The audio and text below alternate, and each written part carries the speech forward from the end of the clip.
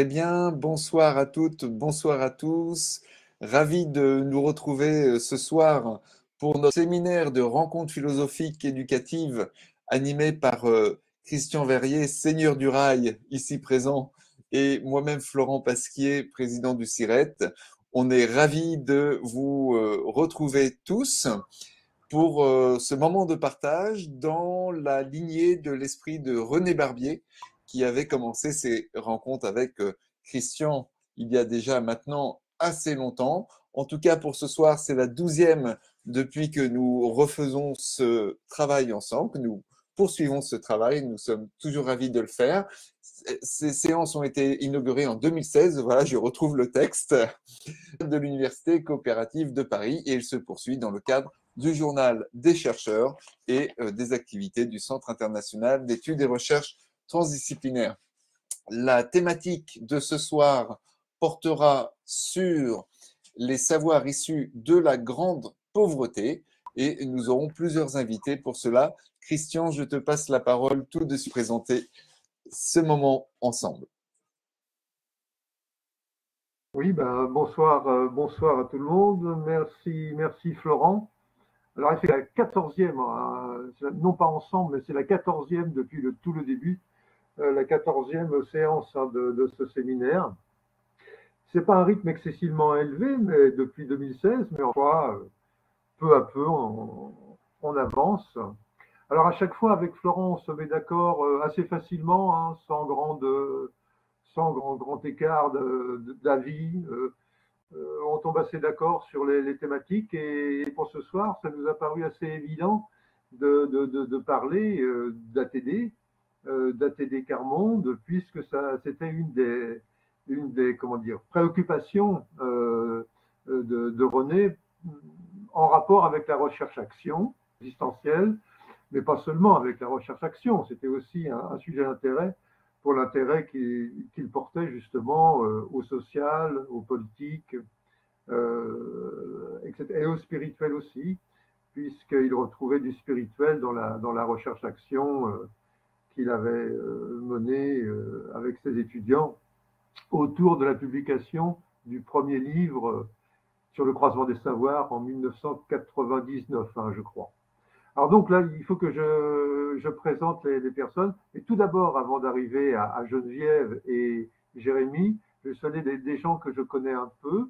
Alors il y a Elvis Potier, qui est là parmi nous. Il n'est pas à l'image, mais il est là. Et je signale qu'Elvis vient de publier, il y a quelques mois, un livre sur Jacques Ardoineau, avec de nombreuses participations. C'est paru chez l'Harmattan, qu'il me détrompe si je fais erreur.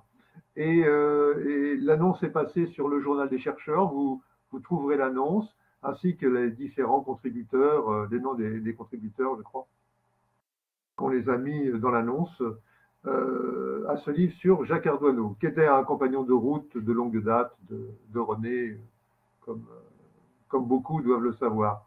Je salue aussi en passant Ouria Médas, avec qui nous avons travaillé en compagnie de Jérémy il y a 2 ans de ça, 1 an et demi sur l'éducation sentimentale tout au long de la vie, hein, pour un numéro de pratique de formation et pour un livre qui a paru il y a, je ne sais plus, un peu 10 mois à peu près, et préfacé par Gaston Pinault, qui est là également et qui s'en trouve remercié une fois de plus. Qui puis-je encore voilà, il y aurait Marie-Ange aussi, je pense que c'est Marie-Ange Abras qui est remercié d'être là. Et j'en viens à Jean-Louis, j'ai oublié Jean-Louis Legrand, que je vois en haut à droite dans mon damier. Bonsoir Jean-Louis, alors je pense que beaucoup de gens connaissent Jean-Louis Legrand. Oui, c'est bien lui. Bon, bonsoir Jean-Louis et oui, bonsoir Christian et compagnon bonsoir aussi tout le monde. Bonsoir Geneviève et Gaston et Martine, etc. Compagnon de longue date des histoires de vie aussi, entre autres choses. Hein. Plein d'autres choses également, comme souvenirs avec lui. Voilà, et puis donc, nos invités de ce soir, principaux, Geneviève de Franck Tardieu, personnalité très importante d'ATD Quart-Monde, et dont René Barbier avait dirigé la thèse, qu'elle a soutenue en 2008 ou 2009, 2008, voilà, et qui a fait l'objet ensuite, son livre, mais certainement, on va t'en reparler, qui a fait l'objet de la publication d'un ouvrage hein, qui est ici.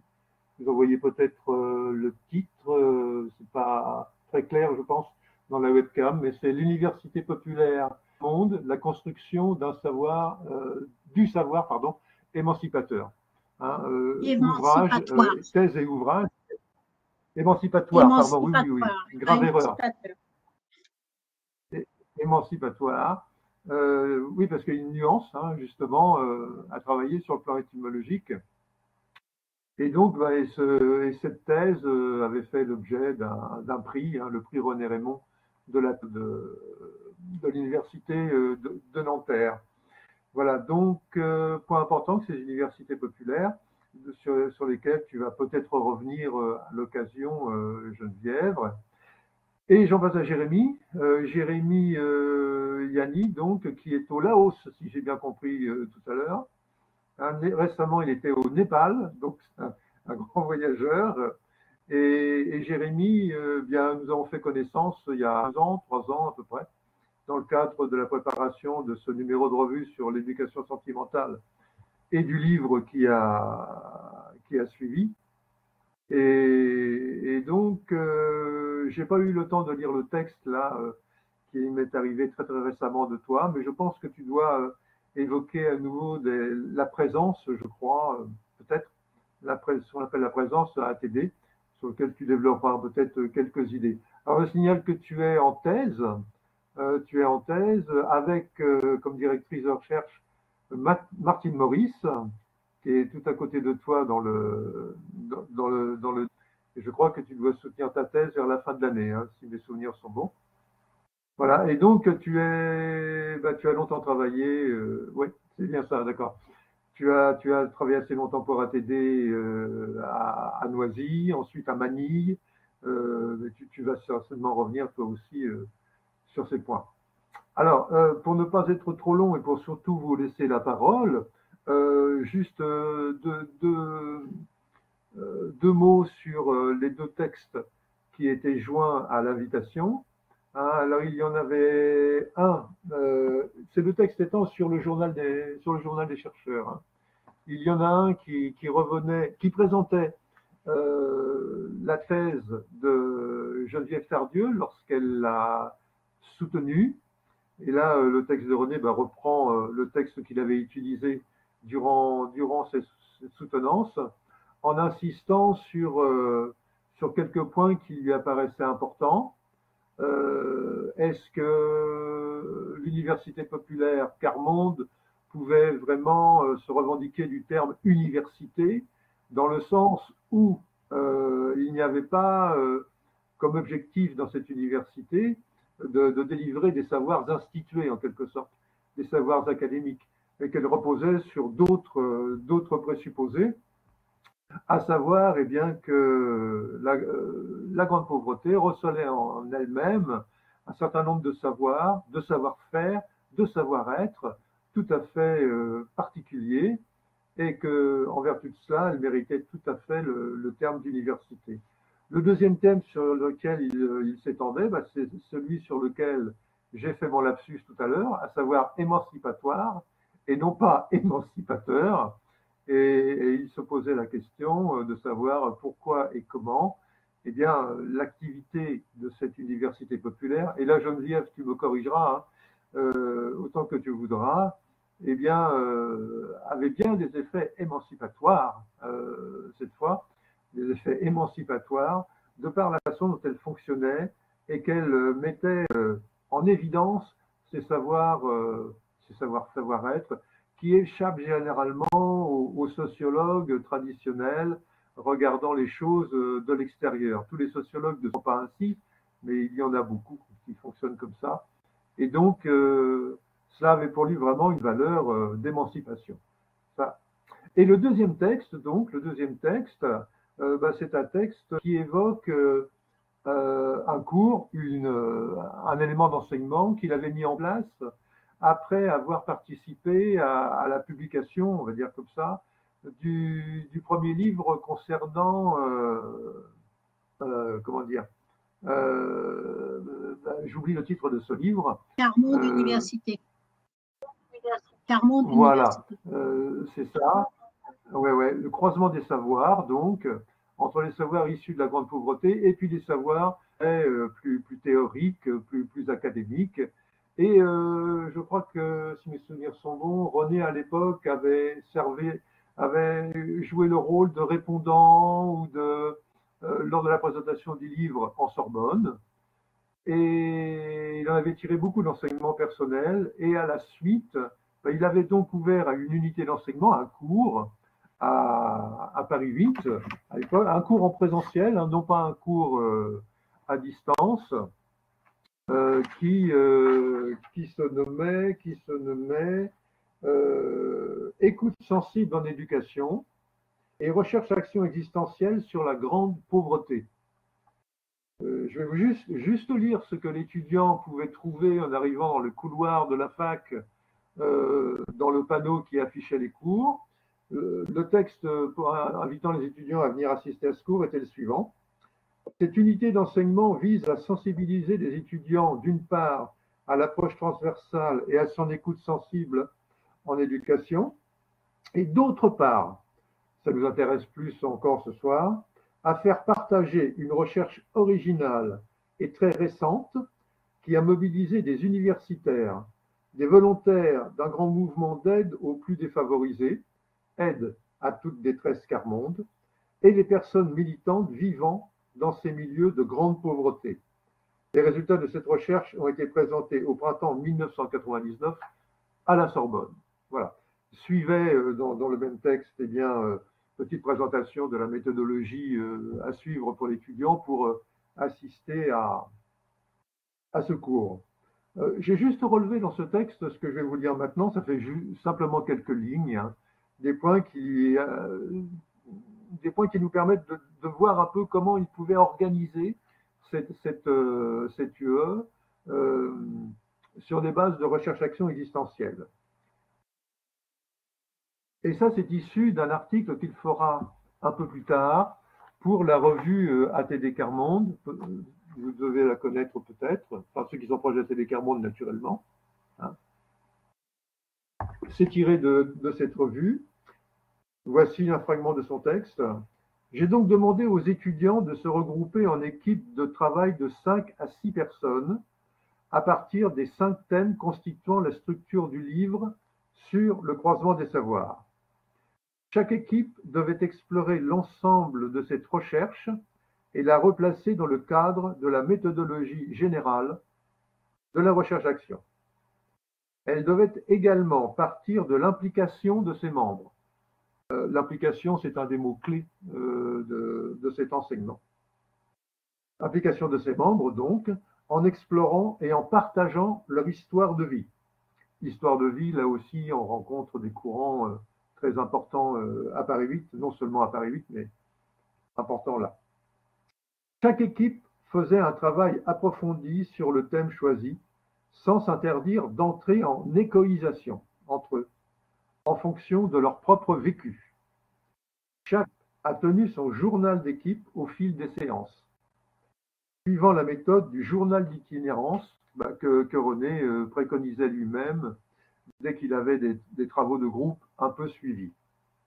Ensuite, chaque équipe a présenté, lors des dernières séances, le résultat de son travail, en s'efforçant d'être pédagogue pour l'ensemble du groupe. Par ailleurs, chaque membre de l'équipe avait à écrire une fiche de lecture sur un des livres recommandés, dont évidemment Le croisement des savoirs, qui a fait dès lors un bon d'achat à la librairie de l'université. Il faut signaler une innovation importante, et ça, oui, je trouve que c'est vraiment intéressant. Au moment des exposés de fin d'unité d'enseignement par équipe, tous les étudiants ont pris la parole dans chaque groupe. Donc, à chaque prise de parole, 2 acteurs auteurs de ce livre, Le croisement des savoirs, ont pris la parole dans chaque groupe. pour dire leur point de vue sur le travail effectué par les étudiants et aussi pour discuter avec eux. Et là, ils sont chaleureusement remerciés. Alors, René même les limites de ce dispositif, qui en fait était une recherche-action existentielle sur une recherche-action existentielle, un emboîtement de recherche-action dans cette affaire. Les limites, c'est le temps pour lui. Il faut du temps pour que les groupes fonctionnent comme ça avec une telle implication, pour que les écoïsations, comme il le dit, de se réaliser.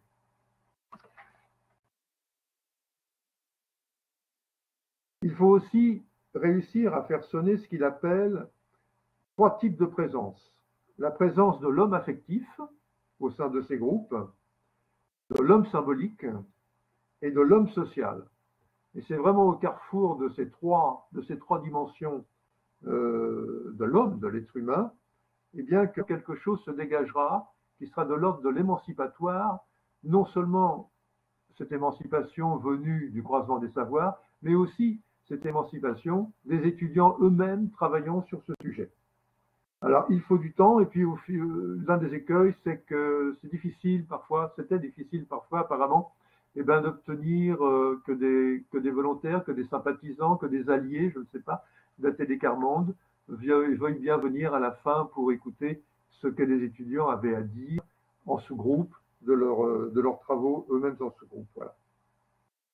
Et donc, il termine en disant « L'originalité apparaissait dans l'objet de connaissance lui-même, une recherche-action pédagogique prenant appui sur une autre recherche-action. » Et il termine un peu sur une philosophie pédagogique disant que pour transmettre cette façon de faire à l'université, qui est en rupture avec la transmission académique de savoir institué, de savoir froid, hein, comme dirait Lévi-Strauss, eh bien, il faut vraiment être plus qu'un professeur d'université, il faut être un pédagogue. Il faut être un pédagogue vraiment capable de dialoguer avec ses groupes pour en faire ressortir ce qu'il y a de plus impliqué et de plus résonnant, en quelque sorte, avec leur propre vécu parfois, relié à la pauvreté, peut-être pas à la grande pauvreté, mais au moins à la pauvreté.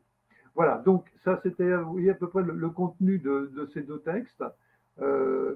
J'étais pour restituer aussi la démarche pédagogique que René Barbier pouvait réussir parfois avec plus ou moins de réussite à partir du réel auquel il était confronté.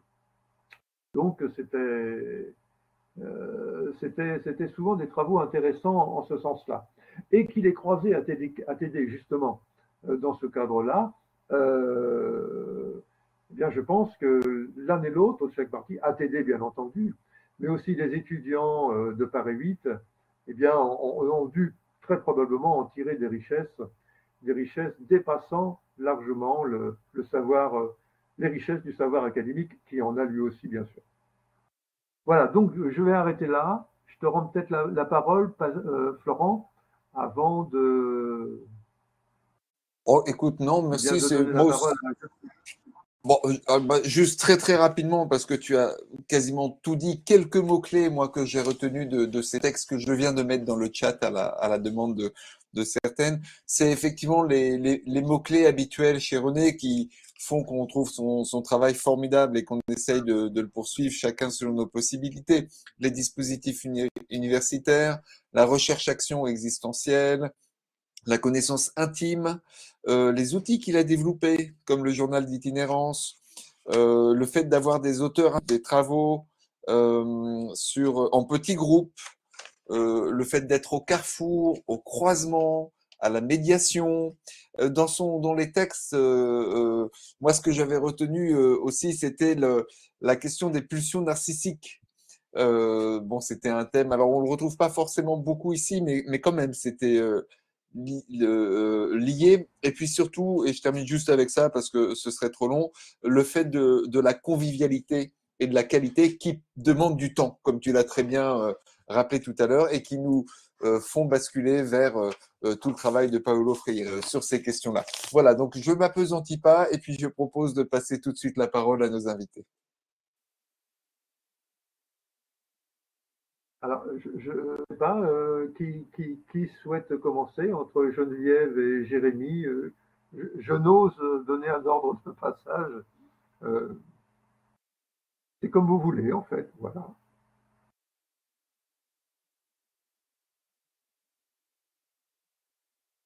Je commence? Geneviève, tu veux bien commencer parce que tu as connu René, pas moi. Donc je pense que c'est plutôt à toi de commencer, si tu es d'accord. Alors, merci beaucoup Christian d'avoir présenté ces deux textes qui sont vraiment forts à propos. Et je recommande aux étudiants, aux chercheurs qui sont ici de la revue Carmonde, donc qui est effectivement une mine facilement accessible pour retrouver un mot-clé, beaucoup de contenu et l'histoire. Et l'histoire donc qui est longue finalement entre René Barbier et le mouvement Atelier Carmonde. Donc effectivement, il s'est intéressé à la démarche Carmonde Université et la méthodologie de recherche et du croisement des savoirs dès 1999, alors que c'était vraiment très peu connu.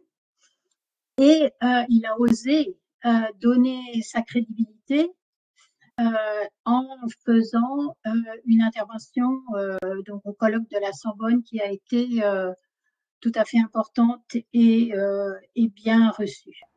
Donc, à la suite de ça, effectivement, il a donné un cours à Paris 8 sur cette méthodologie de recherche, donc ce qui a été apprécié aussi.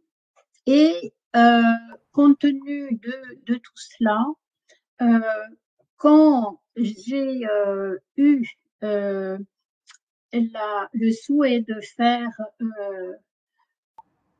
de la recherche, je me suis assez naturellement adressée à René Barbier. Donc, moi, je suis avant tout volontaire permanente du mouvement Atelier Carmonde, c'est-à-dire que j'ai passé toute ma vie à travailler au sein du mouvement Atelier Carmonde dans différentes actions de lutte contre la pauvreté, mais toujours orientée autour de la culture, de la connaissance, du partage du savoir. Voilà. À l'origine, j'étais donc enseignante, mais j'ai découvert des enfants très jeunes. J'ai découvert des enfants par une action du mouvement Atelier Carmonde. J'ai découvert des enfants dans les universités, dans les bibliothèques de rue, qui étaient très intelligents, mais qui étaient déjà en échec scolaire et qui étaient déjà dans des réseaux de garage, dans des voies de garage de l'éducation. Donc, j'ai décidé d'abandonner mon métier d'enseignante et de devenir volontaire permanente, où effectivement la culture était un levier de lutte contre la pauvreté. Et finalement, à travers les que j'ai eues dans les 40 ans maintenant, au sein du mouvement Atelier, j'ai travaillé Conseil économique et social, j'ai travaillé aux États-Unis en écrivant l'histoire du mouvement. J'ai travaillé avec Geneviève de Gaulle sur la loi d'orientation contre les exclusions. Différentes choses, mais qui étaient toujours dans le sillon d'approfondir le savoir, la culture et la reconnaissance des savoirs des personnes qui vivent dans la grande pauvreté. Donc, j'ai eu la chance de pouvoir trouver une grande cohérence dans toutes mes actions. Et donc, j'ai animé pendant 5 ans l'Université populaire Carmonde, je vous en dirai quelques mots tout à l'heure.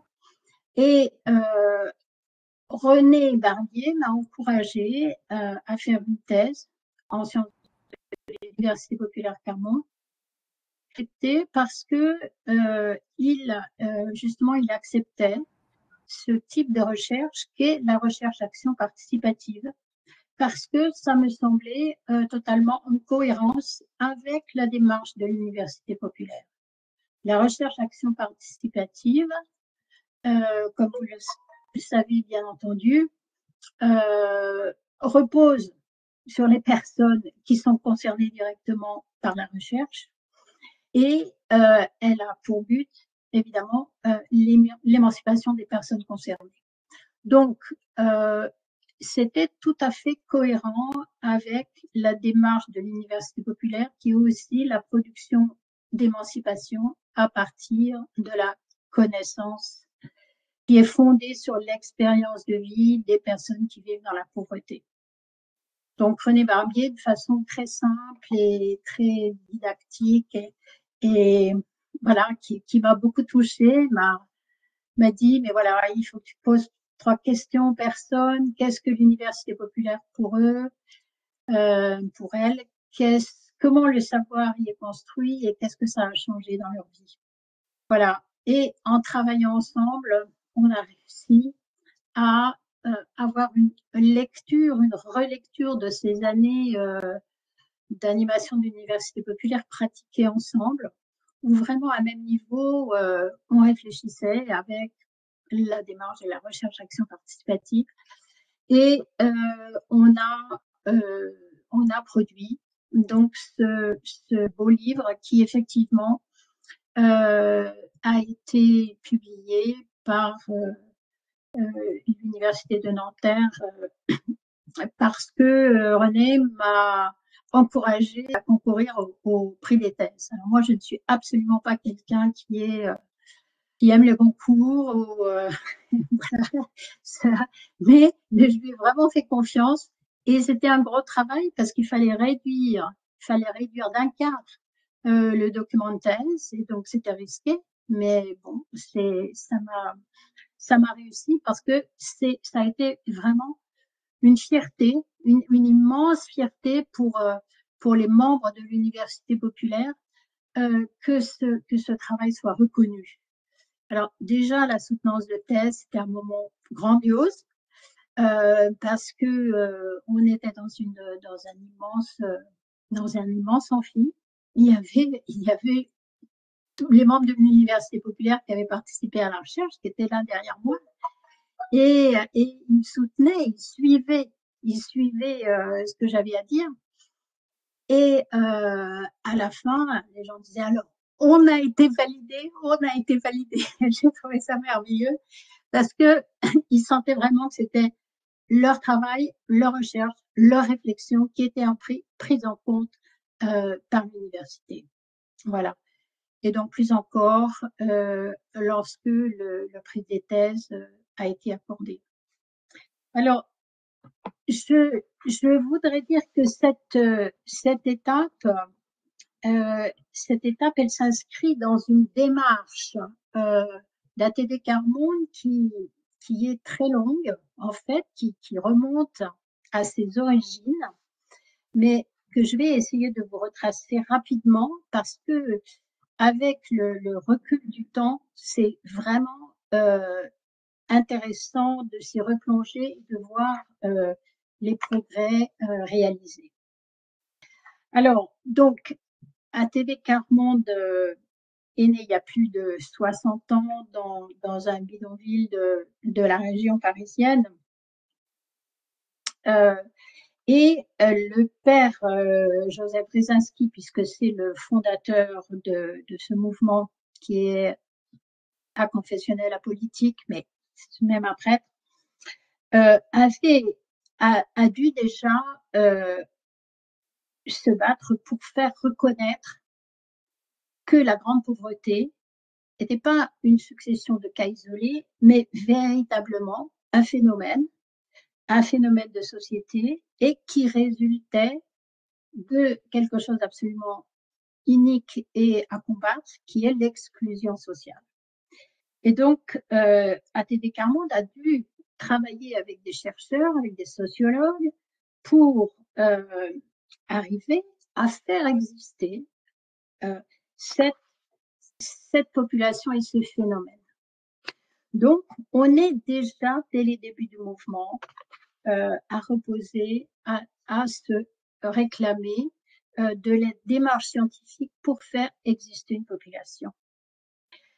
L'étape suivante, c'est effectivement de travailler directement avec les personnes qui ont l'expérience de la grande pauvreté pour faire reconnaître leur savoir d'expérience. Et ça, c'est le principe fondateur de l'Université populaire Carmonde, parce que Brzezinski avait eu l'intuition qui s'est révélée tout à fait vraie et toujours valable, que les personnes qui vivent dans la pauvreté sont porteuses d'une expérience spécifique qui est indispensable à la compréhension du monde. Très souvent, les personnes qui vivent dans la grande pauvreté sont ignorées, sont exclues de tous les lieux de réflexion, sont privées des moyens de la réflexion, du vocabulaire, etc. Mais on peut, au contraire, s'arranger pour construire un dispositif pédagogique, si on veut, ce lieu de l'université populaire, qui est un lieu de réunion, où des échanges très préparés ont lieu, et où la source de connaissance, c'est l'expérience des gens qui ont la grande pauvreté, qui vivent la grande pauvreté. À partir de cette expérience, des savoirs peuvent être créés. Qu'est-ce que c'est que vivre dans une caravane? Qu'est-ce que c'est qu'être rejeté aux urgences à l'hôpital? Qu'est-ce que c'est d'être obligé d'élever ses enfants sans avoir d'espoir pour l'avenir? Voilà. En partant de ça, il est possible de construire un dispositif qui s'inscrit dans une démarche que Jürgen Habermas appellerait l'agir communicationnel. Et là, on en revient à l'expression du savoir émancipatoire. C'est Jürgen Habermas, dans les traductions en français, ce qu'il décrit comme la résultante d'un dialogue constructif qui a un impact sur la réalité, c'est l'agir communicationnel. Voilà. C'est la réflexion théorique qui s'appuie sur lui pour décrire de façon très puissante ce qui se passe à l'université populaire. Donc, à Télécarmonde, il y a eu beaucoup d'universités populaires et les militants, donc les gens qui ont l'expérience de la pauvreté, ont été formés et ont pris l'habitude de s'exprimer en public, d'apporter leur réflexion et d'être plus arrivés à échanger avec d'autres. Alors, à partir de ce moment-là, eh bien, on a pu aller davantage dans la création de connaissances, justement en mettant au point cette méthodologie de recherche qu'on appelait le croisement des savoirs. Alors, le croisement des savoirs consiste à faire réfléchir ensemble des gens qui sont porteurs de savoirs qui ont différentes sources. Ça va être, bien entendu, les militants qui ont l'expérience de la grande pauvreté, mais aussi des praticiens. Praticiens, ça va être enseignants, médecins, travailleurs sociaux, etc., juristes, qui ont eux aussi un savoir de la grande pauvreté. Et puis des théoriciens, universitaires, chercheurs, voilà. René Barbier aussi savait des choses sur la grande pauvreté. Et donc, bien entendu, lorsque chacun peut apporter ses savoirs et que on est assez habile pour créer des échanges à égalité, si on est assez habile pour créer des dispositifs de façon à ce que les gens n'aient pas peur les uns des autres, à ce qu'on écoute en priorité ceux qui ont le plus de difficultés à exprimer, eh bien on arrive à ce que les personnes finalement réfléchissent ensemble et produisent des savoirs qui sont croisés, mais croisés au sens de la fécondation ou de la fécondité des différents savoirs. Alors, ça, c'est extrêmement important et le mouvement a continué à pratiquer ce type de recherche. Et simplement, je voulais vous en citer deux pour pas allonger trop le propos.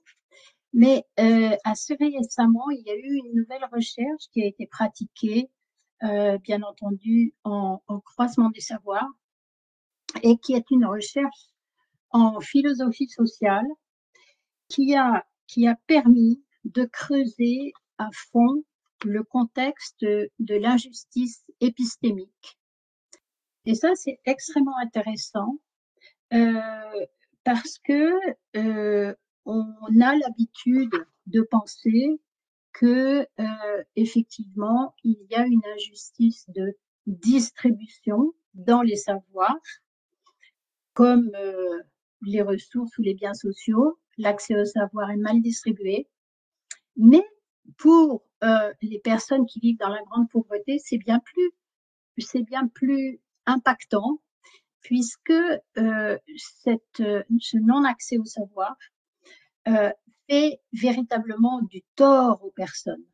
C'est central dans leur expérience de vie parce que c'est une atteinte à leur dignité et c'est comme ça qu'elles sont repliées dans la honte, le silence, l'isolement. Et donc, si on ne prend pas en compte cette situation fondamentale, eh bien, on ne peut pas lutter contre la grande pauvreté. Alors, c'est là que je peux vous montrer comment fonctionne une recherche en croisement des savoirs. Les universitaires se sont appuyés en particulier sur la féministe Miranda Fricker, qui a expliqué sur l'injustice épistémique qu'il y avait non seulement des injustices d'accès au savoir, mais des injustices testimoniales, c'est-à-dire qu'il y a des cas de figure dans lesquels on ne croit pas ce que les gens disent. Il y a des injustices herméneutiques, c'est-à-dire que les gens disent des choses, mais on les interprète à tort. Et là, les personnes qui vivent dans la grande pauvreté ont pu se reconnaître, se dire, mais oui, nous aussi, c'est ça qu'on vit. Donc, elles ont aussi ajouté de nouvelles notions. C'est l'injustice d'appropriation, la mise à profit de classes par les classes plus aisées, de découverte faite par les plus pauvres, et l'injustice de contribution, c'est-à-dire que les personnes qui vivent dans la grande pauvreté contribuent des choses qui sont sans arrêt niées par les autres et leur expérience de vie est réduite à des anecdotes. Elles sont vidées de leur portée existentielle et politique. Alors que, évidemment, c'est tout le contraire qu'il faut arriver à mettre en valeur pour sortir de cette injustice épistémique. Une autre notion qui a beaucoup aidé les militants à réfléchir justement sur cette injustice de la distribution du savoir, c'est le recours aux travaux de W. Dubois, donc qui était pionnier de la pensée antiraciste et qui a développé ce qu'on appelle la conscience dédoublée. Et donc, il a montré que les personnes noires, même après l'abolition de l'esclavage, se perçoivent eux-mêmes selon les catégories des dominants et donc exclus de la communauté du savoir. Et les gens qui vivent la pauvreté ont réalisé que eux vivaient cette même injustice parce que ils se jugent, ils se voient selon les catégories méprisantes et dépréciatives des personnes qui les oppressent, c'est-à-dire tout un chacun, tout un commun. Les militants ont pris conscience en ayant ce recours aux apports théoriques des universitaires qui ont tout fait pour expliquer avec des mots simples, mais les idées brillantes arrivent à s'expliquer simplement quand on les maîtrise bien. Et donc, une recherche qui décrit ces injustices épistémiques et les façons d'y remédier est particulièrement intéressante. La dernière chose que je voulais vous signaler, c'est que il y a eu aussi ce que j'appellerais une méta-recherche. C'est une recherche qui a été construite en croisement des savoirs sur la méthode du croisement des savoirs. Parce que de nos jours, les recherches actions participatives sont très développées. Mais par contre, il y en a beaucoup qui ne sont pas du tout sérieuses, qui sont simplement des prétextes. On fait venir des gens, des pauvres, pour les questionner un petit peu, enfin pour faire pot de fleurs, mais leur savoir n'est vraiment pas pris au sérieux. Donc, il y a eu une convention qui a été réalisée entre ATD Quart Monde, le CNAM et le CNRS pour justement faire reconnaître cette méthodologie du croisement des savoirs. Et ensemble, donc les gens qui ont l'expérience de la pauvreté, les universitaires et les praticiens, ont vraiment décrit ce qui est absolument indispensable, incontournable pour arriver à faire une recherche sérieuse qui est productrice de nouvelles connaissances et émancipatoire.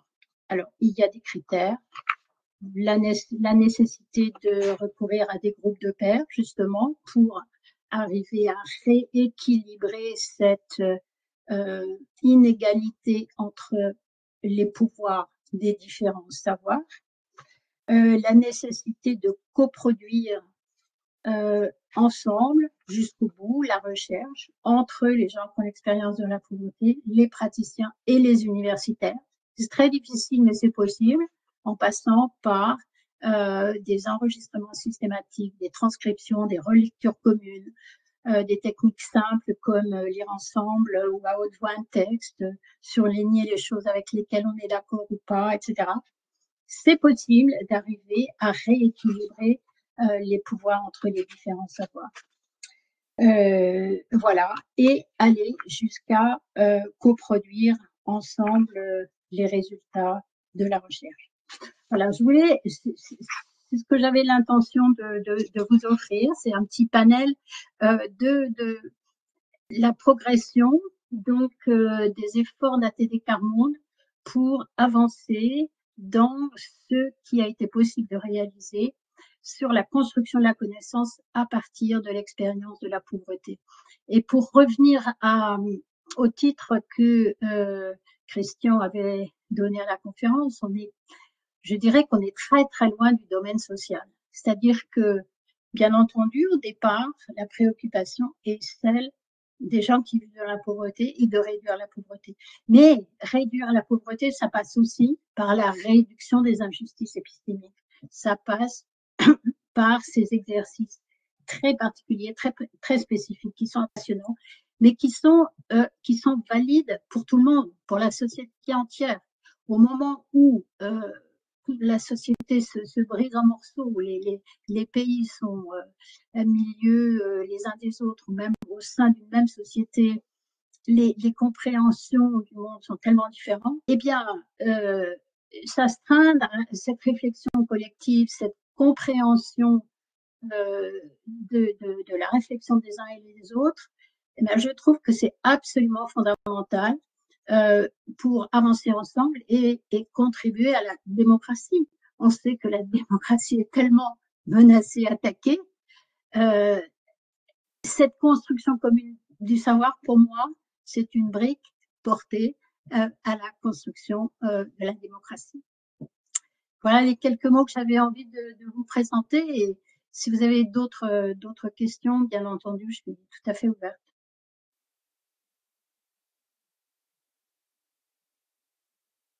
Merci Geneviève.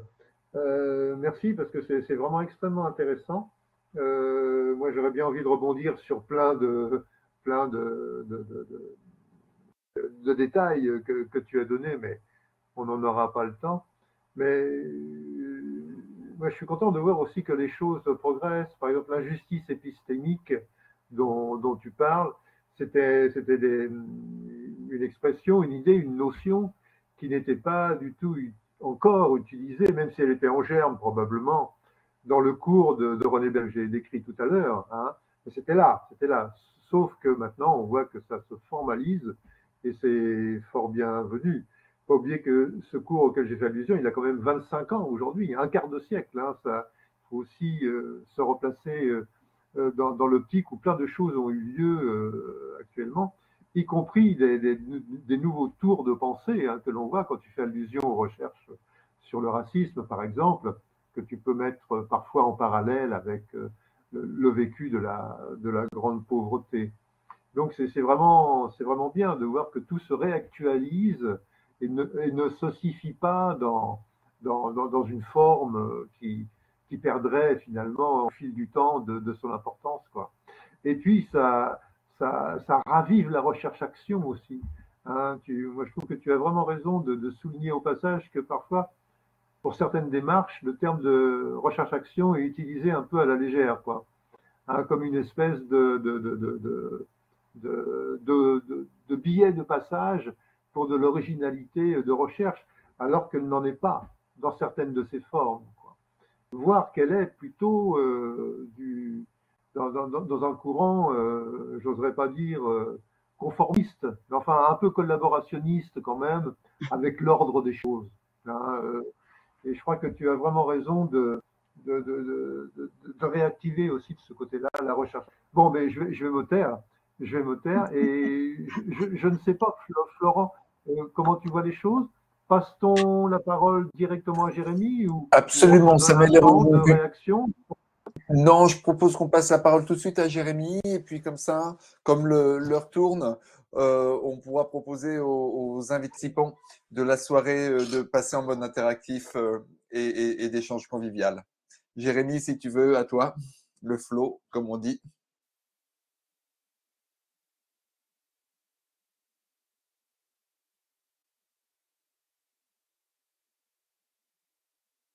Ouais, c'est bon, vous m'entendez? Ouais, ouais. Bah merci, pour l'invitation et aussi merci Geneviève parce que j'avais pas entendu. Tout ça, c'est connu par moi, mais en fait, des fois, vu que je suis assez loin du mouvement, ben c'est bien aussi de le réentendre. Voilà, donc merci. Donc moi, vous m'entendez, hein, c'est bon? Ouais. Ah oui. Donc moi, voilà, je m'appelle Jérémy et Yanni et je suis doctorant en sciences de l'éducation. Et je suis aussi rattaché à l'IRASEC, en fait, qui est un institut de recherche sur l'Asie du Sud-Est contemporaine. Ça fait 10 ans que je vis aux Philippines et je suis arrivé aux Philippines dans le cadre d'ATD Quart-Monde en 2015. Et donc, je vais vous parler de ce qu'on appelle la présence dans le mouvement ATD Quart-Monde et aussi de l'écoute sensible, voilà, de René Barbier, parce que ça m'a beaucoup frappé en fait les liens entre les deux, mais aussi il y a des spécificités, c'est pas la même chose. Et donc je voudrais parler de ça. Voilà. En relisant plusieurs textes produits par le mouvement ATD Quart-Monde et René Barbier, et en me basant sur ma propre expérience en fait de recherche et aussi mon expérience de vie aux Philippines, voilà, je vais vous parler de la présence. Je vais le dire rapidement parce que j'imagine bien que tout le monde sait ça. Par rapport à ce que René Barbier appelle l'écoute sensible. Alors, il dit l'écoute sensible et tenter de la définir nous entraîne vers une recherche de ce que peut devenir un être humain. Il dit ça, René Barbier. Donc il y a vraiment une dimension ontologique. On verra qu'on retrouve plus tard dans la présence. L'écoute sensible, pour Barbier, elle renvoie à la disponibilité, à la complexité, non pas dans une individualisation alors du sujet, c'est moi qui dis le mot sujet, c'est pas lui, mais non pas dans une individualisation, mais dans la reconnaissance, voilà, d'autres parcours, d'autres histoires qui sont entrelacées, il dit, et historiquement situées au cœur d'une complexité inéluctable, impossible à comprendre complètement. Donc il y a vraiment cette dimension d'opacité aussi dans l'écoute sensible chez Barbier. Donc l'écoute sensible, il nous dit, elle renvoie donc à l'écoute et au sensible. Bon, écouter, René Barbier nous dit, ça renvoie aussi à un écho enrobé de silence. Ça veut dire que quand on écoute, on laisse se dissoudre la parole de l'autre en soi. Il donne cette métaphore, cet exemple du galet de sel dans l'océan. Voilà, je trouve que ça représente bien. Et puis pour lui, entendre, c'est pas écouter, ça renvoie pour lui au conformisme, à l'habitus, au civilisationnel, à la coutume ou la loi du moment. Et par rapport au sensible, ce qu'il nous dit, René Barbier, c'est que voilà, c'est situer une écoute dans l'affectivité, dans les émotions, dans les passions, les sentiments, et ça renvoie au corps dans sa totalité, au-delà de la séparation platonicienne, donc intelligible et sensible, qui serait bien séparée avec un mur entre les deux. Et donc la spécificité principale de l'écoute active, dans la perspective qu'il développe, c'est la disponibilité. Voilà, il y a cette notion de disponibilité. Voilà par rapport à l'écoute sensible. Excusez-moi, j'ai dit écoute active, c'est écoute sensible. Alors moi, quand j'ai d'abord découvert cette perspective, j'ai été beaucoup surpris de ne pas trouver plus de références à la phénoménologie. Ça m'a beaucoup fait penser à la phénoménologie. Donc je me suis interrogé et j'ai cherché les traces des liens entre René Barbier et la phénoménologie dans certains de ses écrits, parce que c'est pas son ambiance épistémologique, pas tout à fait. Et j'ai trouvé ça surprenant. Et donc, dans l'essai de la profondeur en éducation, une écoute sensible, qu'on retrouve sur le site, René Barbier pose deux questions dans le chapitre 1. C'est intéressant, il dit « Peut-on penser un registre philosophique qui relèverait plus de l'expérience vécue que du simple concept ?» Et il dit aussi « Doit-on accepter d'être fécondé par des orientations de pensée qui sont propres aux cultures, notamment orientales ?» Et donc, dans cette lecture, moi, j'ai trouvé quelques réponses sur ce qui différencie, selon René Barbier, la phénoménologie de l'écoute sensible, et c'est important, je pense, pour comprendre la présence à la TD Quart-Monde.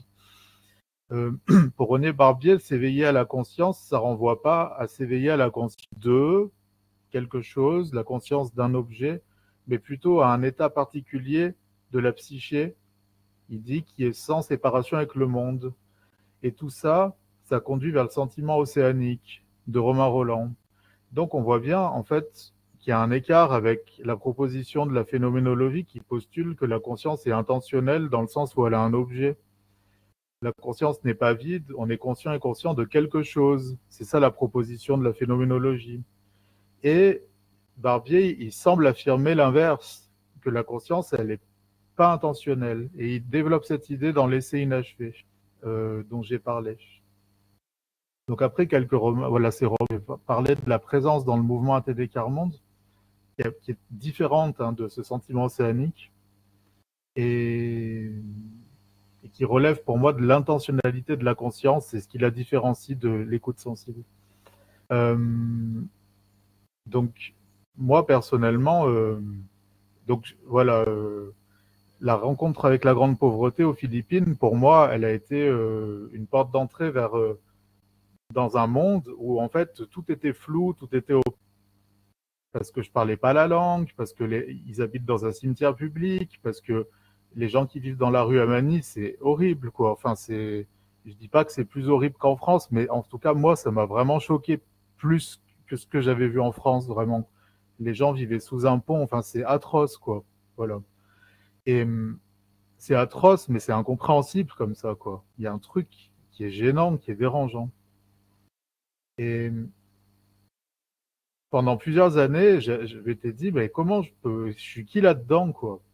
Et en fait, la rencontre avec la grande pauvreté aux Philippines, pour moi, elle a été un début de réflexion, enfin une continuité de réflexion à sortir de toutes ces étiquettes et ces identifications que je me donnais, qu'on m'avait données, que je suis un homme blanc, qu'il y a des pauvres, qu'il y a des pas pauvres, que je suis un colon, que je suis pas un colon. Ça m'a vraiment interrogé sur le plan existentiel. Et, et donc, ce que je vais essayer de dire, c'est que ça peut devenir une ressource épistémologique. En tout cas, je le pense. Et que, en fait, sortir de cette place assignée, ça peut devenir une ressource épistémologique pour travailler avec des personnes en situation de grande pauvreté. En tout cas, c'est ce que je voudrais dire aujourd'hui. Alors, moi, pendant de nombreuses années, j'avais exercé la profession de caissier avant d'être volontaire. En 2011, j'étais caissier. Et puis, j'avais été en fait gravement malade dans les années 2000. Et donc, voilà, j'ai été hospitalisé pendant presque une année. Et puis, j'ai été reconnu travailleur handicapé. Et en fait, quand j'ai commencé mon service civique en 2011 à ATD Carmonde, j'avais pas de diplôme parce que ATD il prend pas les gens sur les diplômes, il donne la chance à tout le monde. Et en fait, ça correspondait à des aspirations qui m'animaient vraiment de trouver par le travail une manière de m'émanciper. C'est ce qui m'avait vraiment intéressé dans ATD et qui renvoyait aussi à mon histoire personnelle puisque j'ai moi-même en fait j'ai vécu en foyer de façon décousue, j'ai vécu à droite à gauche pendant des années parce que j'avais pas de logement stable en fait. Et ça m'a obligé à arrêter mes études quand j'étais jeune. Et voilà, j'ai été aussi suivi, j'ai eu des mesures d'AEMO, moi-même j'ai eu un éduc, j'ai été suivi, enfin j'ai été pris en charge dans cette grande machine de la protection de l'enfance. Et ma mère, elle a vécu le placement, enfin ça me renvoyait vraiment à mon histoire, beaucoup, beaucoup. Et donc pour moi, rejoindre ATD Carmonde, c'était aussi me donner la possibilité de faire quelque chose de concret contre inacceptable de l'humiliation de ne pas être considéré comme un être humain. Et que moi-même, j'avais expérimenté, en fait, moi-même, dans ma propre vie. Et je peux dire en ça que le mouvement ATD Carmonde, il m'a sauvé, en fait, et il m'a permis d'obtenir la confiance nécessaire pour reprendre mes études. En fait, j'aurais jamais pu faire une thèse si j'étais pas passé par la case ATD, c'est évident pour moi. ATD, j'étais un peu perdu là-dedans, c'est flou, qui suis-je là-dedans? C'est difficile d'être volontaire quand on a soi-même une histoire qui est proche de la pauvreté. C'est difficile. Mais c'est difficile aussi d'être travailleur social, une histoire proche des personnes qui souffrent. Ma première mission, elle consistait à vivre à Noisy-le-Grand, dans un centre d'hébergement où il y a le mouvement est né. Et puis, c'est là où j'ai découvert ce que ATD appelle la présence. Et en fait, dans un article de la revue Carmonde, il y a André Modave, qui est un volontaire, il dit « La présence, c'est rejoindre un peuple souterrain, comme invisible aux yeux de tous, y compris des intéressés eux-mêmes. » Moi, ça m'a beaucoup parlé. Et ma mission, elle n'avait pas de contour. Ma mission, c'était d'être présent. Alors moi, je me suis dit, mais désolé Geneviève de parler comme ça, ils sont un peu allumés, quoi. Ils me disent d'aller habiter là-bas dans un centre d'hébergement et ils me disent pas quoi faire. Ils me disent, sois présent. Et ça m'intriguait. Voilà. Parce qu'il n'y avait pas de contour. On ne me disait pas quoi faire. Et parce que la présence, elle consiste pas forcément à faire quelque chose. Elle consiste à se lier avec des familles, on passe des moments ensemble. Alors moi, je me rappelle, là, sur le canapé, on regarde la télé, on prend un café, on fait une promenade, on va au centre commercial, machin comme ça, quoi. Voilà, c'est ça la présence. Personnes qui ont vraiment eu la vie dure, quoi, qui ont vécu dans la rue. À l'aéroport de Roissy pendant au moins 8 ou 9 ans, avant d'être dans le... C'était vraiment des parcours de vie. Donc,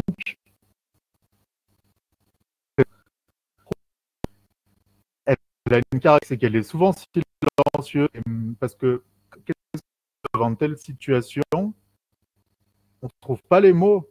Il y a quand même, c'est difficile de trouver les mots quand on côtoie les personnes très pauvres au quotidien.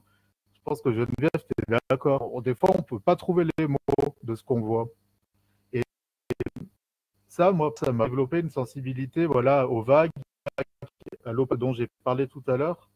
Et ça s'est renforcé précisément parce que les personnes, elles vivent dans un... C'est vraiment un environnement difficile. Et je vais vous donner de la façon dont j'ai compris la présence à ATD Carmonde. En 2016, j'étais dans le cimetière, donc je visite aux familles qui vivent dans le cimetière. Et puis, je parlais avec un monsieur, et puis, sa sœur, elle vivait avec le mausolée, et puis elle était vraiment, vraiment, elle pouvait pas marcher, elle avait des gros problèmes de santé, et puis elle s'est écroulée.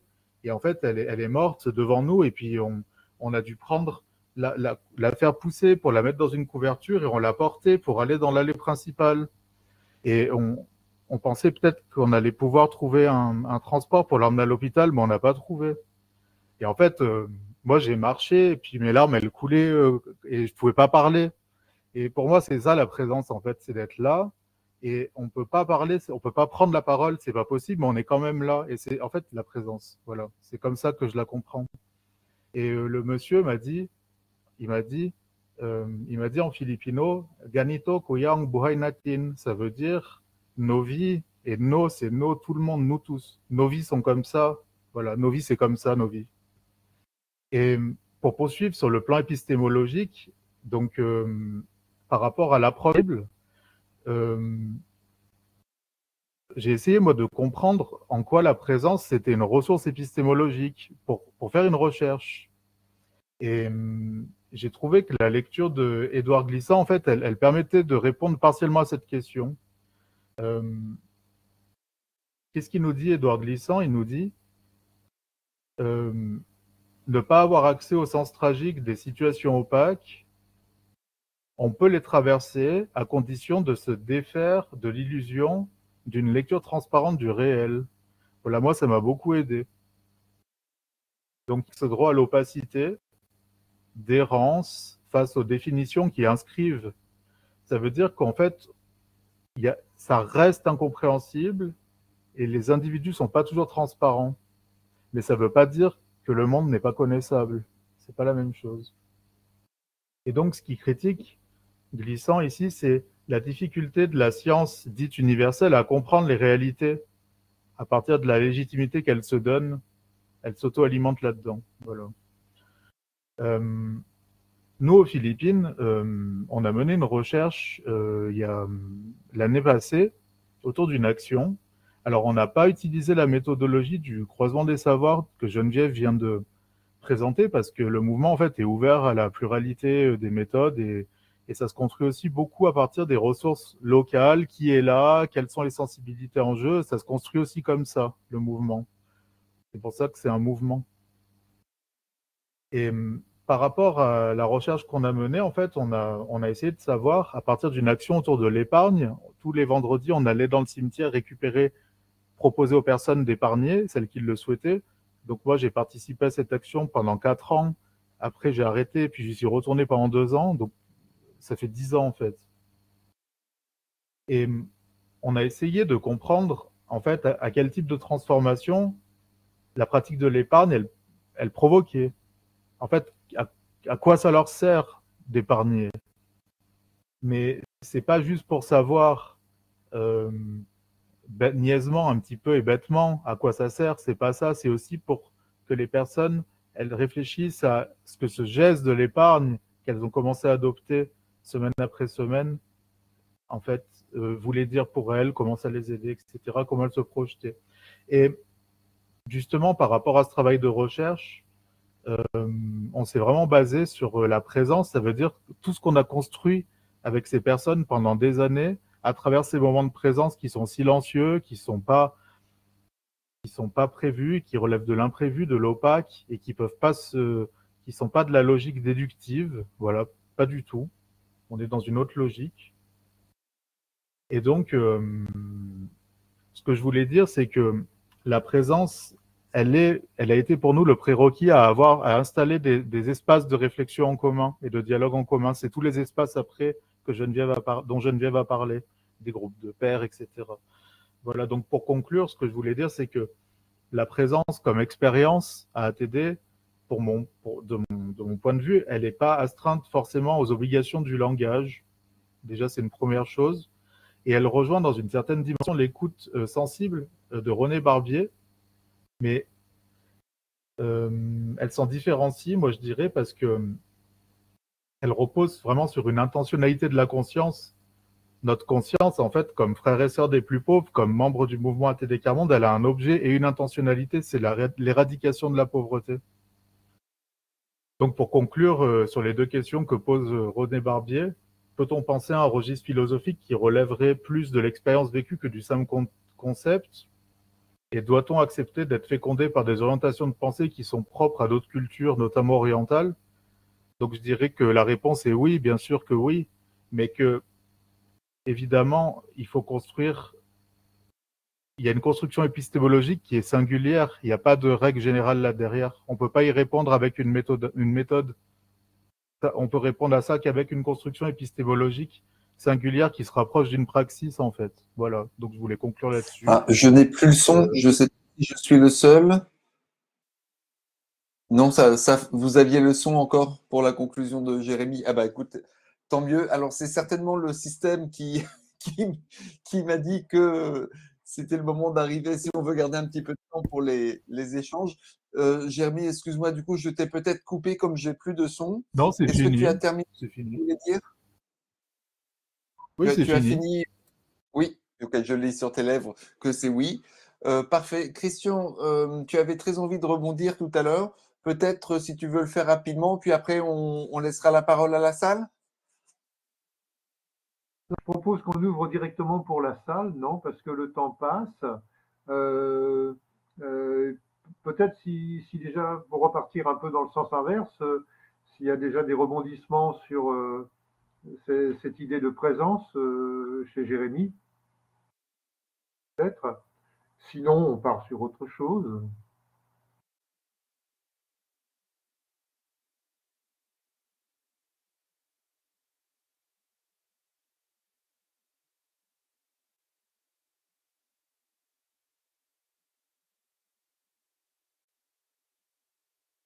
Pas de réaction pour nos deux précieux invités.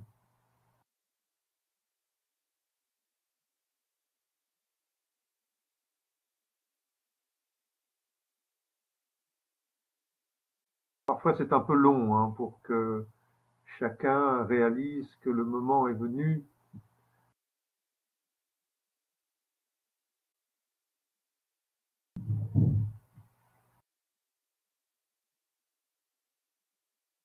Bon,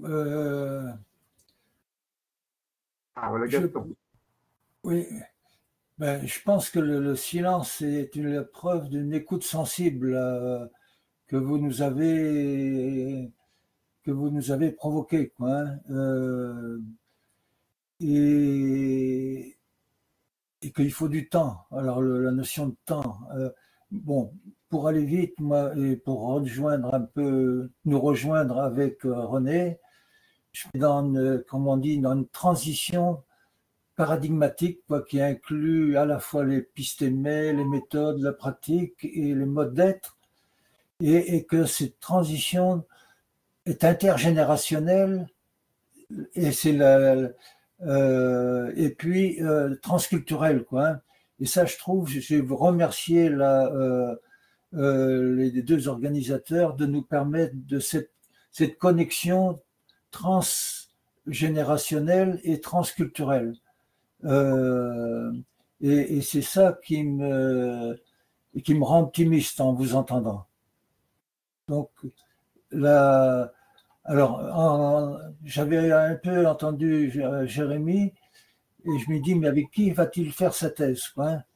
Et parce que un des problèmes, c'est de trouver un directeur qui soit un interlocuteur. Et je suis très heureux d'avoir que c'était avec donc comment j'ai oublié ton nom déjà? Martine. C'était avec Martine. Et alors ça aussi, je trouve que c'est un élément extrêmement important dans cette nécessité de temps intergénérationnel et transculturel pour faire cette transition paradigmatique, hein. Merci à vous tous et à vous toutes.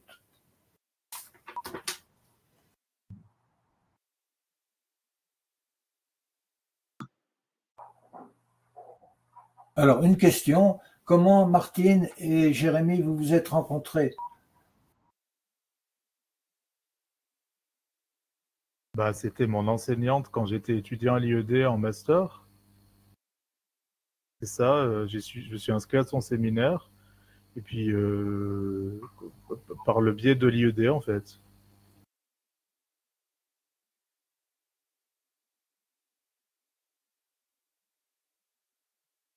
Oui, oui, je crois que c'est comme ça. Je crois qu'il y avait aussi des affinités de personnes. Là, c'était après l'objet de recherche, il est venu un peu par les expériences que vivait Jérémie à l'époque à Manille, qui était déjà à Manille. Et voilà, c'est les expériences qu'il réalisait après avoir vécu dans le cimetière de Manille. Et c'est vrai que ces savoirs expérientiels aussi qu'il partageait avec les gens, la grande pauvreté qui existait là-bas et qui continue à exister. Voilà, et puis après, comment les évangélistes petit à petit ont pris contact avec les pauvres et ont réussi à établir des rapports que Jérémie essaye de définir, hein, religieux, mais en même temps des rapports d'échange, des rapports aussi, une certaine écoute, des rapports... voilà, Jérémie pourrait peut-être mieux en parler que moi, mais en tout cas, c'est ce qu'il essaye de travailler dans sa thèse. C'est pour ça que la notion de présence est importante aussi, une notion d'écoute, ce travail aussi d'immersion qu'il a pu faire, qui est assez remarquable, quoi. Et peut-être Jérémie pourrait dire aussi comment il a travaillé les savoirs expérientiels des gens de Manille, comment il a pu faire émerger aussi ces connaissances que les gens avaient acquis voilà, au quotidien, par la débrouillardise principalement, enfin, les échanges. En fait, tu as parlé tout à l'heure effectivement d'épargne. Hein, c'est vrai que, alors, par rapport à l'action, il y a la présence déjà dont j'ai parlé, qui est le prérequis de mon point de vue, à établir des conversations et des discussions qui décentrent les assignations de pouvoir et les assignations de pouvoir liées au savoir dont Geneviève a parlé. Donc on est allé un peu plus loin dans la recherche sur Manille, c'est que on a fait plusieurs choses. Bon, on a fait des entretiens, mais c'est pas un truc questionnaire, c'est un entretien, c'est une discussion comme ça. Hein. Est-ce que tu peux m'expliquer, me parler de comment tu gères ton commerce de fleurs? Est-ce que tu peux me raconter comment tu planifies ton budget, etc. Des questions comme ça, très basées sur l'expérience quotidienne. Et puis, regarder des photos, lire des bouts de rapports. Alors, les rapports chez ATD, c'est pas des rapports distanciés comme le travail social, hein, c'est des écrits très impliqués. Et on a repris des bouts de rapports qu'on a relus 5, 6, 7 ans après, donc on a traduit et qu'on a relu ou qu'on lire à voix haute à certaines personnes, puisque pas tout le monde pouvait lire. Et à part aussi de réfléchir à ce qui avait été écrit sur l'action par des personnes qui vivent pas dans le cimetière. Comment vous le vivez? Comment vous le recevez, vous, qui participez à l'action, qui ont créé le dispositif, etc. Donc on a fait plusieurs choses. On a travaillé par groupe de pairs. Hein, Geneviève, elle a bien expliqué.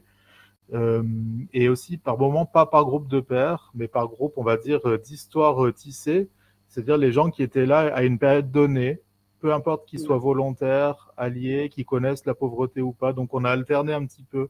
On a travaillé par groupe de pairs, par groupe de communauté où on a vécu une expérience commune à un moment donné.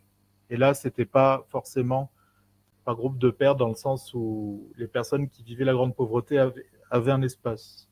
Voilà. On a essayé de faire en fait de plusieurs manières, mais il faut dire que ça s'est inventé sur place. Hein. On n'a pas vraiment, comme j'ai dit, suivi la méthode du croisement des savoirs, Martine. Voilà. Je sais pas si ça répond à ta question.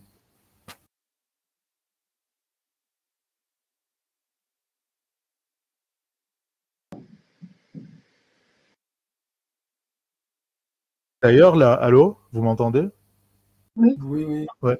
La recherche, on a trouvé un éditeur, donc elle va être publiée par Chronique Sociale. Il va sortir à la rentrée le livre, donc on est très content de ça d'ailleurs. Donc je vous enverrai les références du livre si vous souhaitez vous informer, apprendre de cette recherche et de cette grande expérience autour de l'épargne. Et ça permet aussi de soutenir le mouvement ATD Quart Monde. Si vous voulez acheter le livre au passage, c'est bien. Voilà, donc on est très content de ça aussi. Bravo. Merci. Ça, c'est un travail commun. Hein. Je leur dirai bravo à tous les gens qui étaient dans le coup. Voilà. Ça, c'est la recherche faite avec ATD Quart Monde, enfin dans le cadre d'ATD Quart Monde que tu présentes, qui est distincte, enfin, partie à ce de ma thèse. mais avec la. Hein, voilà. Oui, c'est ça. Donc, on a réussi à mettre dans le coup aussi un ancien secrétaire d'État qui a écrit une préface. Enfin, on a essayé de mettre dans le coup plusieurs types de personnes. Il y a Pierre-Joanne Lafitte qui a écrit un bout, une conclusion. Et puis, les chapitres, en fait, ils sont coécrits.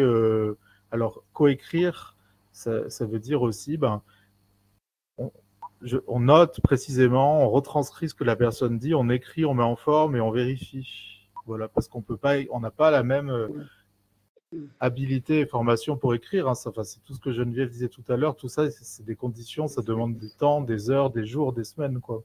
Voilà.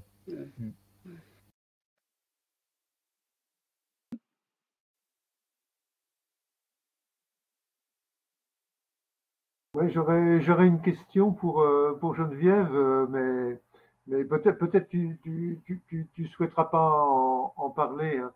C'est à la suite du prix René Raymond. Te souviens-tu, il y avait eu des tiraillements académiques, il me semble, qui étaient très étonnants parce que ta thèse, le prix lui-même était complètement justifié. Et pourtant, il y avait eu ces tiraillements-là, qui venaient en partie peut-être du nom de René Barbier, je ne sais pas bien, je ne sais plus exactement. Est-ce que tu souhaites en dire deux mots? Mais je peux dire un petit mot. Effectivement, j'ai concouru au concours des thèses de l'Université de Paris 8 sur les conseils de René. Donc, j'ai présenté un dossier sur ma thèse et j'ai été retenue parmi 10 autres thèses de l'année. Et ensuite, il fallait réduire la thèse d'un quart pour la mienne pour que ce soit en format de livre. Et il y a eu 3 prix. Et j'ai été donc sélectionnée pour le prix René Raymond.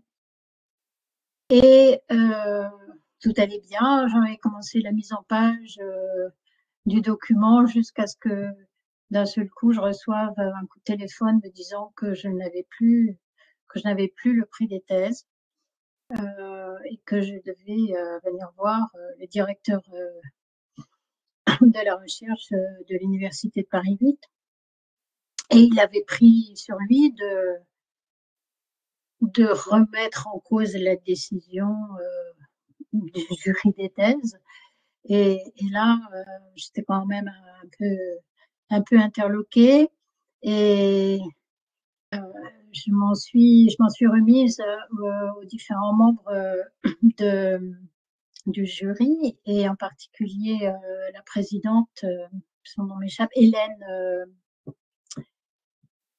Bézille,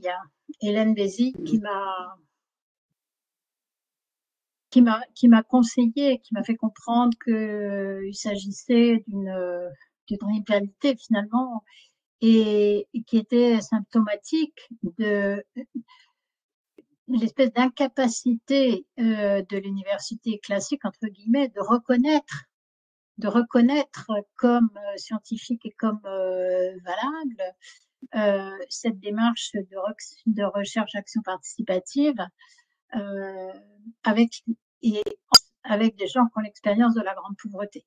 Je pense que si ça avait été reconnu par le jury, ça ne l'était pas par la hiérarchie universitaire, ce qui était quand même un problème parce que ça demandait un désaveu Et à partir du moment où les universités ne reconnaissent pas entre elles la valeur des travaux, il y a quand même un gros souci.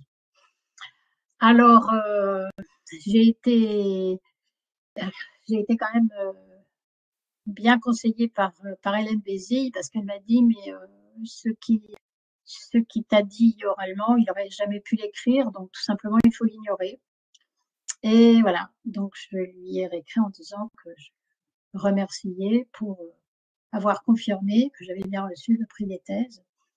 Mais la chose est remontée jusqu'à la directrice de l'université. Je voulais absolument pas lâcher, parce que j'avais derrière moi, comme dit Jérémy, ces recherches, elles représentent l'existence de tous les gens qui ont contribué. Ça aurait été une défaite, non seulement pour moi, mais pour tous les gens derrière qui ont mis leur confiance, qui ont mis leurs espoirs, qui ont mis leur intelligence, qui ont mis. C'est pas simplement des savoirs d'astuces liées à la vie compliquée, c'est des savoirs existentiels, exactement comme les gens qui n'ont pas l'expérience de la pauvreté, une réflexion aussi profonde. Et ça, jamais j'aurais voulu sacrifier ça. Donc, j'ai été jusqu'à la directrice de l'université, et devant ma ténacité, elle a fini par reconnaître que oui, le jury m'avait décerné la thèse, et que j'allais la conserver, le prix des thèses, et que j'allais la conserver. Mais je dois dire que c'était un des grands combats de ma vie, et je ne regrette pas de l'avoir livré, mais c'est pour vous montrer à quel point il est quand même compliqué de faire reconnaître, et qu'il y a des enjeux qui sont, je veux dire, cette puissance, ce monopole de la pensée scientifique que revendiquent les universitaires, elle est vraiment, elle est irrecevable, et elle est insoutenable. Brzezinski avait dénoncé lui-même, il y a déjà très longtemps, le fait que les universitaires se privent de la pensée qui viennent d'autres personnes. Il disait que le savoir des universitaires est tronqué s'ils se privent de la pensée des gens qui vivent dans la pauvreté. Donc c'est ça qui justifie, qui motive cette construction du savoir en coproduction, en croisant des savoirs. Voilà, et ça, c'est un combat. Ce que je vous ai exposé tout à l'heure au cours c'est un travail qui relève de beaucoup de gens depuis au moins 40 ans. Et c'est un combat, et rien n'est jamais gagné d'avance. Il faut toujours le confirmer, il faut jamais rien lâcher. Voilà, donc je vous ai l'impression de m'avoir donné cette occasion-là. C'était un des grands, un combat encore plus important que la rédaction de la thèse avec René. Ouais, si je peux intervenir sur ce point, je ne sais pas si vous m'entendez. Mais oui, très bien Jean-Louis, oui. Ouais, je peux apporter un peu des éléments par rapport à ça, et puis un peu prendre de la hauteur. En fait, le prix René Rémond, c'était un prix de l'université de Nanterre, de Paris 10. Et à l'époque, l'université de Paris 8 avait fait une sorte de communauté d'université Paris Lumière avec Nanterre. Et alors que il faut quand même resituer qui est la personnalité qui porte le René Rémond. C'était quand même un des politistes les plus connus des sciences politiques et de l'après-guerre en France, qui était enseignant aussi à sciences politiques, et également à Nanterre.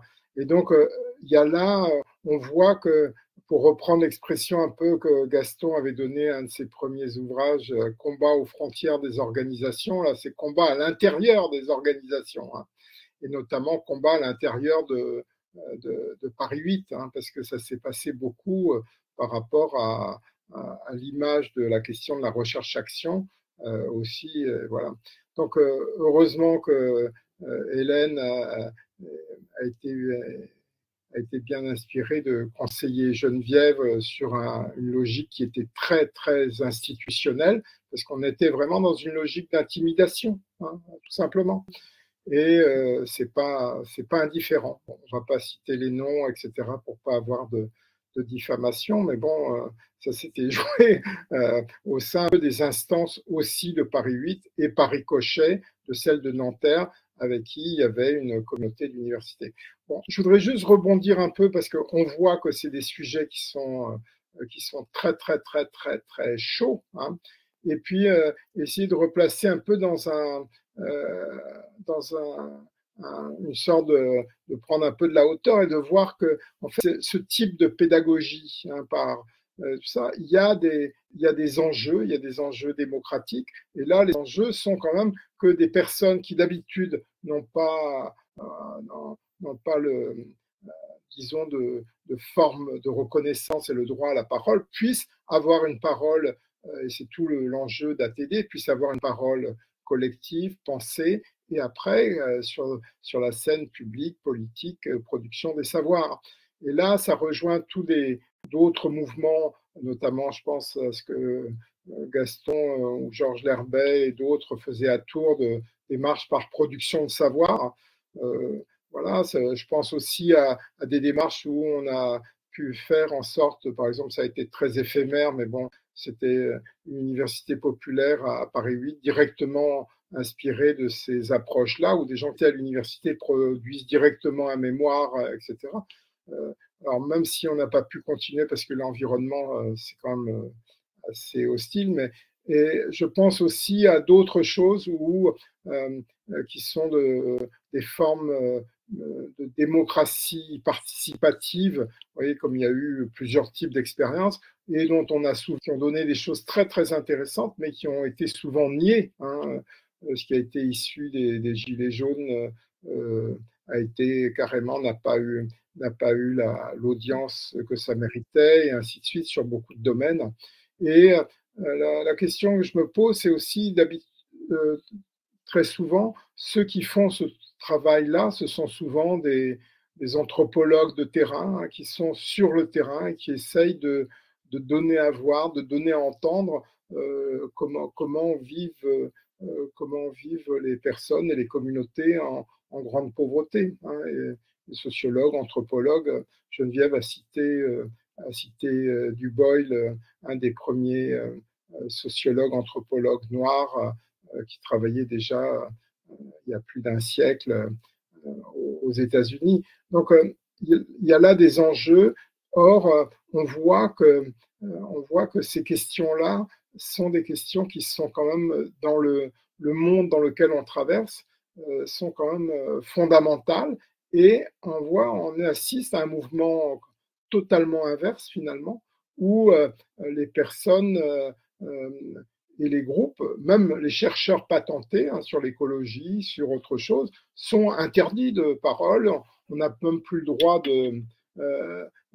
d'employer les termes race, classe, et c'est quand même, on est face à quelque chose, vous voyez, même les entreprises, etc. On est face à une fascisation finalement du monde qui redoute ce type de choses à un niveau assez général, hein. Ouais.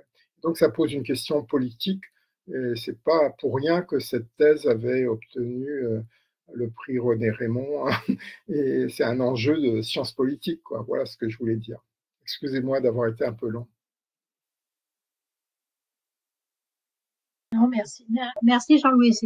C'est vraiment tout à fait ça. Et c'est une actualité brûlante. Et c'est encore une fois, il faut rien lâcher, il faut poursuivre,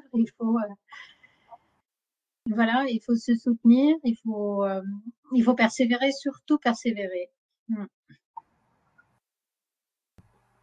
Bien, merci à tout le monde, parce que là, je ne sais pas ce que tu en penses, Flore, on est vraiment à nos 90 minutes, 1 heure et demie, et puis je pense que là, ces mots de la fin, oui, par Geneviève, par Jérémy, voilà, donnent une bonne, non pas conclusion à la soirée, parce qu'il faudrait être beaucoup plus longtemps ensemble, mais vient conclure au moins notre rencontre sur des perspectives d'avenir, y compris la bagarre amenée contre tous les dogmatismes anciens qui perdurent et qui, en plus, trouvent le moyen de se régénérer en quelque sorte en ce moment.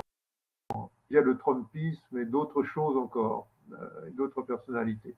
Donc voilà, le combat continue, on va dire comme ça. Et j'espère que cette visio, justement, jusqu'à la fin, sera visionnée par de nombreuses personnes qui du coup, auront envie de garder le mort aux dents. Voilà. Conclure, Florent?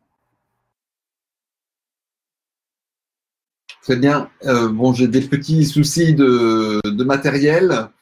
Oui, je pense que vous m'entendez à peu près? Très bien. Oui. Ok, parfait. Bah, écoute, tout à fait. On va remercier nos intervenants. On va remercier la quinzaine de personnes qui se sont présentées. Donc, 19 heures, c'est mieux que 20 heures. Hein. On avait eu moins de monde la dernière fois. On gardera probablement cet horaire pour la prochaine fois. Merci beaucoup à Geneviève. Je vois que super, Jérémy est revenu. Donc, merci à tous les deux pour avoir présenté de l'intérieur et en interaction ce travail en résonance, hein, je dirais aussi avec René, ce que ça a pu apporter. Je partage évidemment tout ce qui a pu être dit ensuite. Merci beaucoup aux intervenants, au public. De mon côté, je vais arrêter la vidéo et nous la mettrons en ligne dès que possible, Christian et moi-même. A priori, c'est notre dernier séminaire avant l'été. On n'a pas prévu d'en calibrer un nouveau, mais on sera présent, Christian sera d'accord avec moi, pour organiser tout cela à partir de, disons, le mois d'octobre, une fois que la rentrée sera passée. Parfait, parfait. Eh bien, encore un grand merci à tous. Merci Jean-Louis d'avoir été avec nous. Merci d'avoir témoigné. Nous sommes très heureux, toi qui as fréquenté pendant si longtemps René. On avait eu une idée peut-être. Alors, les idées de thèmes, des fois, on finit un peu comme ça.